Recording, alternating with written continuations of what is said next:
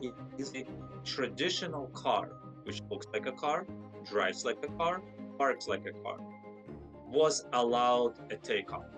So first time something which is a traditional car, and on top of that an electric car, was allowed by US government through FAA, a vertical takeoff for the limited purpose. Means that flying cars in the traditional sense are now recognized, at least by one government. It goes up, and then your passenger side becomes the bottom wing, and the driver's side becomes the top wing, and it turns like this. Now you're reutilizing the whole, every inch of your car as the wing. Now you have a very efficient flight.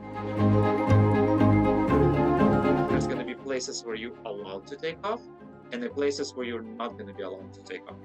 Let's say like a whitelisted areas and a blacklisted areas, which will make sense. I think over time, those areas will shrink, expand or contract, right? But this is, I think, how it's going to work.